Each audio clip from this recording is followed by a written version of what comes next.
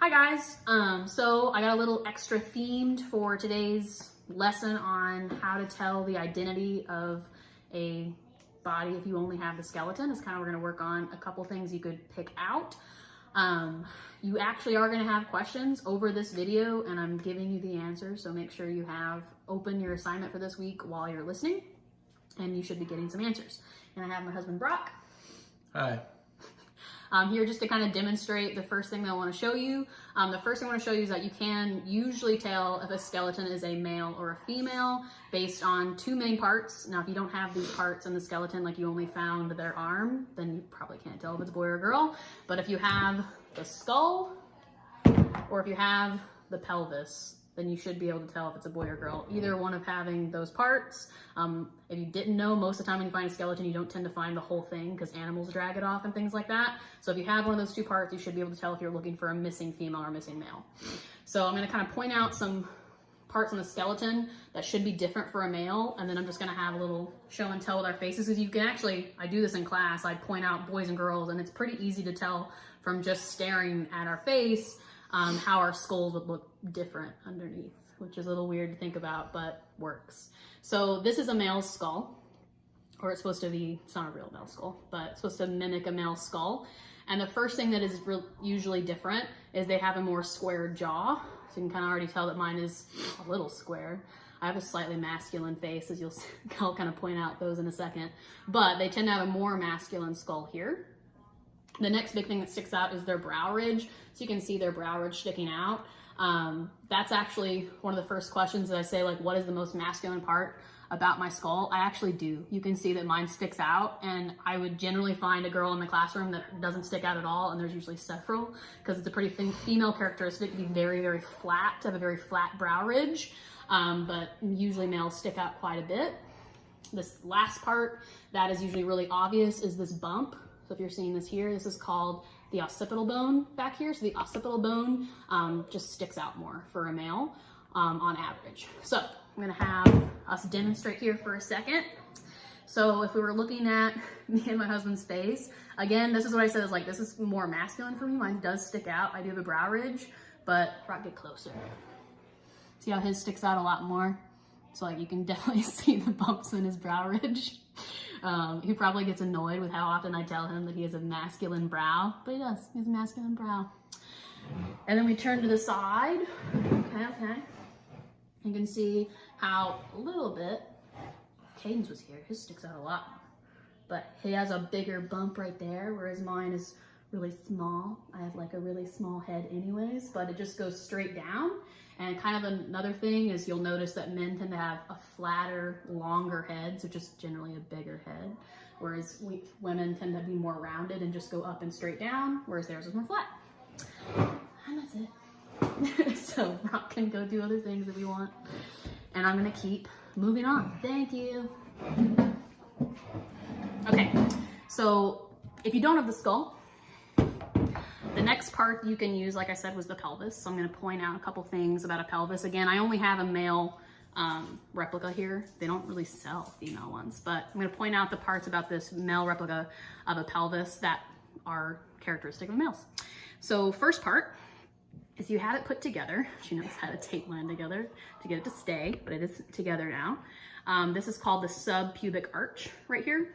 So the subpubic arch, if it is less than 90 degrees, so let's remember what that means. This is 90 degrees, so like that perfect square. If it's less than 90 degrees, an acute angle, then it's probably a male. Okay, so I am saying probably for these because like I said, we all have slightly masculine characteristics or slightly female characteristics, even if you might not be a female or a male, but on average, they're gonna have a smaller subpubic arch there. Okay, whereas a female's is going to be at least 90 degrees or bigger. I think we could all guess why. Females can have childbirth, so it's going to need to be wider. They're going to have to have wider hips. The second part is if you look at it on the inside like this. Okay, so we're looking on the inside this circle. This is another question I asked you. What bone did I forget to bring from school? Because I knew I was going to have to talk about the pelvis. I forgot the coccyx. So this purple piece of paper is supposed to be pretending to be the coccyx that I accidentally left at home. It's your tailbone. So it attaches to your sacrum. So we have our iliums right here. We have our sacrum in the middle, so your sacrum is in the back, and then the coccyx would stick on the bottom. Now, for a female, the sacrum actually tilts more back. So you can kind of see, if I'm looking straight down, see how the sacrum turns inward, like it turns into the pelvis area, and so does the coccyx, like it's blocking this whole area. Well, that's because males don't have to go through childbirth or can't go through childbirth, so there's no reason to have a big open cavity there. For a female, her sacrum is going to be shorter and wider. It's going to not tick up like this. It's going to either be more flat or actually tick back. And the same thing with the coccyx. It's going to be shorter, so much shorter than this, wider, and it's definitely not going to point into the pelvis, because then it'd be in the way of trying to have childbirth. So it's going to poke out, having a much more wide berth for birth. Like, that is pretty obvious, but those are things you can tell from a pelvis. Okay, last thing, let me make sure, let me check my notes. Okay, yes, so the last thing that I want to just quickly point out, you are going to learn more stuff about the skeleton, but these are like the highlights of easy things you could calculate, is how to try to determine height. Okay, so you can try to determine height based on the long bones in your body. So if you find in a skeleton your, oh my gosh, the humerus, I just forgot the bone, your humerus, your ulna or your radius, which are in here, there's 2 bones in there. You can find your femur, I'll stand back so you can actually see it. So here's your femur, your big leg bone sticking out right there, or your fibia or your tibia, which I have one of those that goes into your calf, right? Okay, so any of those long bones, if you have them, you could try to calculate for height, and they have formulas for whichever bone you have to calculate for height. So I'm gonna give you an example. This is another question in your work this week, is how tall is Ms. Castleberry supposed to be based on this calculation? So normally we would do a lab, and we would all try to do this by measuring. You sit down and you measure from kind of where your hip bone is down to right before your knee starts, trying to get the measure of your femur, and then you do this calculation. So what it says is, for a female, it is different for females or males. And here it is. So you take your femur length, it's always in centimeters, we don't use inches. And then it's times 2.21. And then after you've times those 2 numbers together, you just tack on 61.41 centimeters, and that's your height in centimeters. Now, obviously we'd have to convert that to inches for us to understand it and the way we think about height, but that's what you do. So I did that for mine. My femur is 50.8 centimeters long, times 2.21, then plus 61.41, and I got 173 centimeters tall. That in our height is 68 inches, and that is 5'8". Now, so that's what my height is supposed to be based on this calculation. It's 5'8".